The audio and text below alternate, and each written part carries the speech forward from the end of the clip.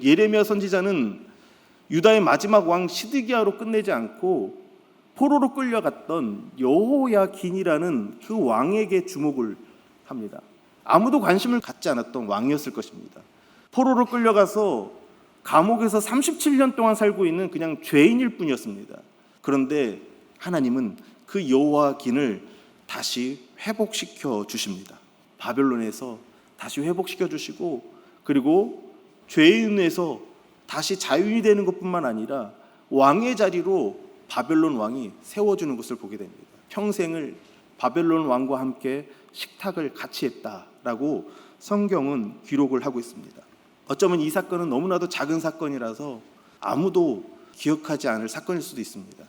요즘과 같으면 신문에도 나지 않고 어느 누구도 관심을 갖지 않는 그런 사건일 수도 있습니다. 그냥 지나칠 수도 있는 사건이었습니다.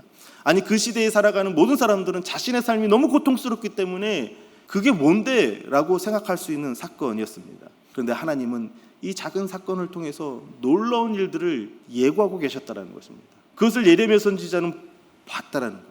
마태복음 1장을 보면 예수님의 족보가 나오는데 그 족보에 이 바벨론 시기에 대한 내용들을 간략하게 소개하고 있습니다. 그 내용이 마태복음 1장 11절과 12절 말씀인데 우리 같이 한번 읽어보겠습니다. 같이 읽겠습니다.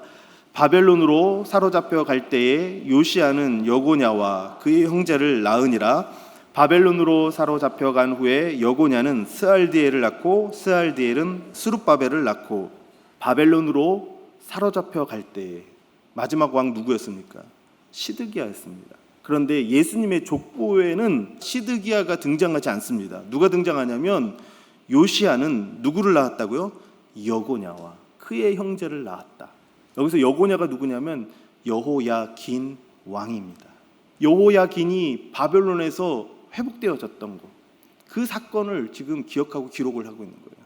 그 사건은 작은 사건이지만 이 사건을 통해서 하나님께서 지금 말씀하고 있는 것은 무엇이냐면 내가 너희와 맺은 언약을 반드시 이루시겠다.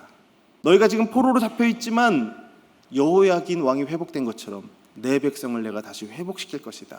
그 메시지를 지금 전달하고 있는 것입니다. 그리고 그 여호야긴 왕이 스알디엘을 낳고, 스알디엘은 누구를 낳았습니까? 스룹바벨을 낳았고, 스룹바벨이 누굽니까? 다시 귀환할 때, 예루살렘으로 그 백성들이 귀환할 때, 1차 귀환 때 그들을 이끌고 왔던 지도자가 바로 스룹바벨이었던 것입니다.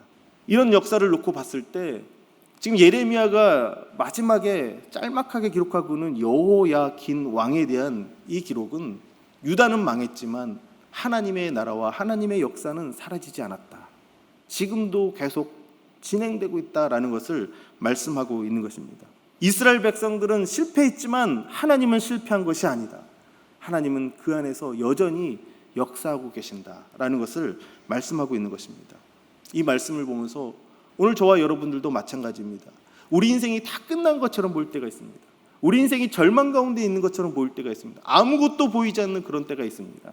그럴 때 말씀을 통해서 믿음을 가지시기를 바랍니다. 시드기야 왕이 두 눈이 뽑혔습니다. 어쩌면 그것은 그 시대를 반영하고 있는 것 같습니다. 예레미야가 말씀을 선포한 그 시대에 모든 사람들이 두 눈이 뽑힌 것처럼 하나님이 하는 일을 볼 수가 없는 것입니다. 그 절망이 너무 크기 때문에, 그 고통이 너무 크기 때문에 하나님이 우리 나라 가운데, 우리 인생 가운데 무슨 일을 도대체 하는 거야? 시드기야가 두 눈이 뽑힌 것처럼 볼 수 없는 그 시대에 예레미야는 하나님이 일하고 계시는 역사를 보고 있는 것입니다. 너무나도 작은 거라서 보이지 않는 것이었는데 예레미야는 그것을 너무나도 선명하게 보고 있다는 것입니다. 그리고 하나님께서 역사를 어떻게 이루어 가시고 우리를 어떻게 회복하시는가, 그것을 지금 이야기하고 있는 것입니다. 성경은 묵시와 역사라는 것으로 계속 반복되어서 이야기되어 가고 있습니다. 묵시는 예언이다, 그렇게 말할 수도 있는데 이 묵시는 하나님께서 이미 완료한 일을 말하는 겁니다. 앞으로 일어날 일이 아니라 하나님께서 이미 완료한 일을 묵시다라고 말하는데, 이 묵시가 시공간 속에서 등장하고 나타나고 사건화된 것을 뭐라고 말하냐면 역사다, 그렇게 말하는 것입니다. 성경은 끊임없이 하나님께서 완료한 그 일을 예언처럼 묵시로 말씀하고 있고, 그것이 어느 역사적인 순간에 나타나고 드러나는 것을 저와 여러분들에게 보여주고 있는 것입니다. 우리나라 부채를 보면 부채 안에 그림이 그려져 있습니다. 그 그림이 무엇인지 부채를 접었을 때는 알 수가 없습니다. 이것은 묵시와 같다라고 보면 됩니다. 그런데 그 부채가 펼쳐지는 그 순간에 그 안에 무슨 그림이 있는지 우리는 다 선명하게 보게 됩니다. 그것은 역사인 것입니다. 예레미야 52장은 하나님께서 묵시로 말씀하신 그 구원의 역사, 그 언약의 역사를 조금 펼쳐서 보여주신 것입니다.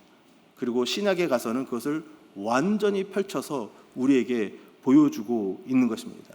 저와 여러분들이 하나님의 말씀을 읽을 때 믿음으로 그 하나님이 일하시는 것들을 깨달을 수 있기를 바랍니다.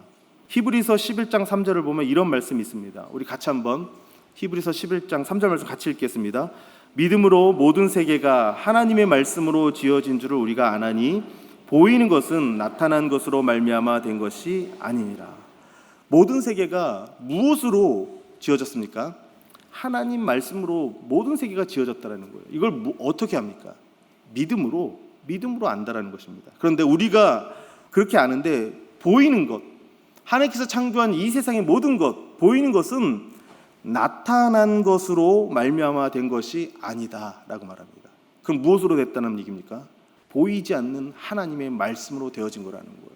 우리가 눈으로 보는 역사적인 사건도 마찬가지입니다. 하나님의 말씀 안에서 이루어지고 있는 사건이다. 그렇게 보면 된다는 것입니다. 그런데 그것을 우리가 어떻게 합니까? 믿음으로 안다라는 거예요. 예레미야 시대에 모든 사람들이 두 눈이 뽑힌 것처럼 하나님이 일하시는 것, 역사하는 걸 볼 수 없었지만 예레미야는 믿음으로 그것을 보고 있었던 거예요.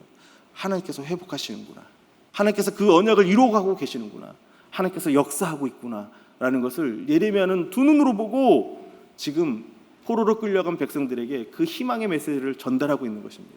너희가 지금 포로로 끌려가고 있지만, 너희가 지금 절망 가운데 있지만, 너희가 지금 아무것도 할 수 없는 상황이지만 하나님은 그 말씀을 반드시 이루신다. 하나님은 반드시 우리를 회복시키신다. 하나님은 반드시 우리를 다시 돌이키신다. 그 메시지를 전하고 있는 것입니다. 오늘 저와 여러분들도 두 눈이 열려지기를 바랍니다. 하나님이 하시는 일들을 볼 수 있기를 바랍니다. 믿음을 가지시기를 바랍니다.